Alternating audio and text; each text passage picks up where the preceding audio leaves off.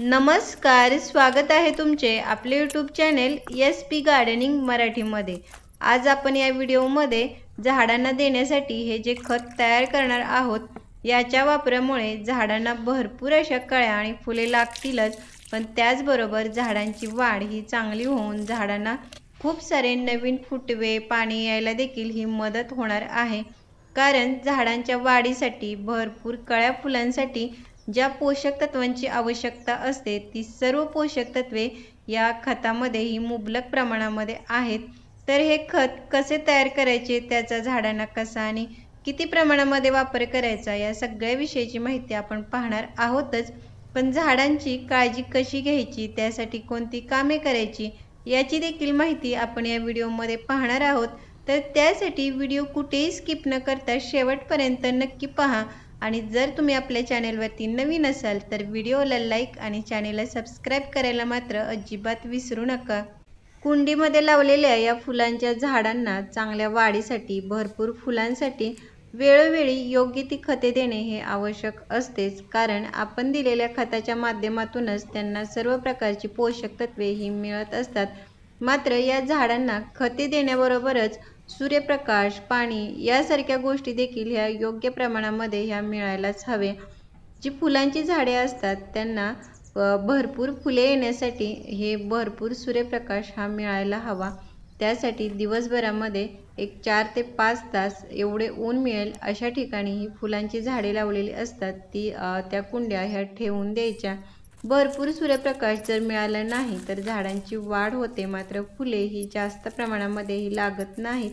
त्याचबरोबर झाडांना पाणी देताना देखील कुंडीतील माती ही वरच्या बाजूची 1 ते 1.5 इंच कोरडी झाल्यानंतरच हे पाणी द्यायचे, कारण पाणी कमी मिळाल्यानंतर झाडे जशी सुकतात तशी जास्त पाण्यामुळे देखील झाडांवरती कीड लागणे, पाने गळणे यासारख्या समस्या ह्या निर्माण होत असतात। त्यामुळे पाणी हे चेक करूनच द्यावे। हे खत तयार करण्यासाठी मी या ठिकाणी शेणखत घेतलेले आहे। शेणखतामध्ये हे नायट्रोजन भरपूर असते, त्यामुळे झाडांची वाढ ही चांगली होते। झाडावरती नवीन फुटवे, पाणी यायला या खताच्यामुळे ही मदत होत असते। मात्र शेणखत घेताना हे नेहमी जुने आणि चांगले कुजलेले असेच घ्यावे, म्हणजे झाडांना त्याचा चांगला फायदा होतो। जर तुमच्याकडे शेणखत नसेल तर तुम्ही गांडूळ खत, कंपोस्ट यासारख्या नायट्रोजनयुक्त खताचा देखील हा वापर करू शकता। त्यानंतर केळीच्या आणि बटाट्याच्या सालींचा देखील हा वापर आपण करणार आहोत।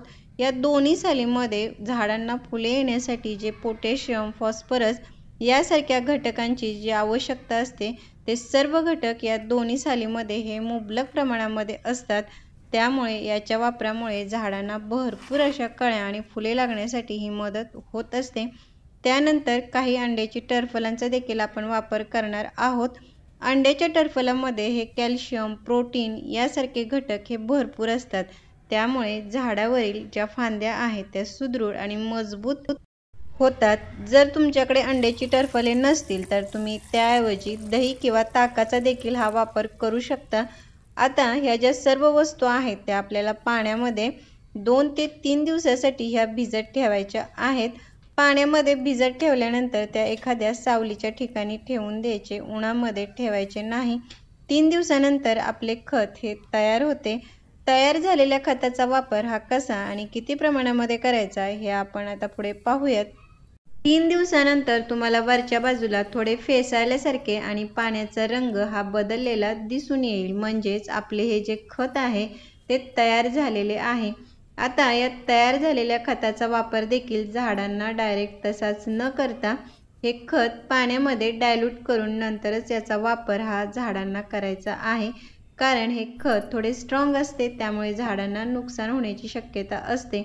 तर तयार झालेले हे जे खत आहे त्याच्यामध्ये आपल्याला 1 ते 1.5 पट अजून पाणी मिक्स करून नंतरच झाडांना याचा वापर हा करायचा आहे। झाडांना वापर करताना देखील जर छोटे झाड असेल तर 1 मग आणि मोठे असेल तर 1.5 ते 2 मग या प्रमाणामध्ये या खताचा वापर तुम्ही महिन्यातून एकदा जरी केलात तर तुम्हाला दिसून येईल झाडांची वाढ ही चांगली झालेली आहे आणि झाडावरती कळ्या आणि फुले देखील ही जास्त प्रमाणामध्ये ही लागलेली आहेत। तर अशा प्रकारे खत तयार करून तुम्ही झाडांना दिलेत तर खूप चांगला रिझल्ट तुम्हाला पाहायला मिळेल. तर कसा वाटला व्हिडिओ मला कमेंट बॉक्समध्ये नक्की सांगा. भेटूयात पुढील व्हिडिओमध्ये. तोपर्यंत बाय.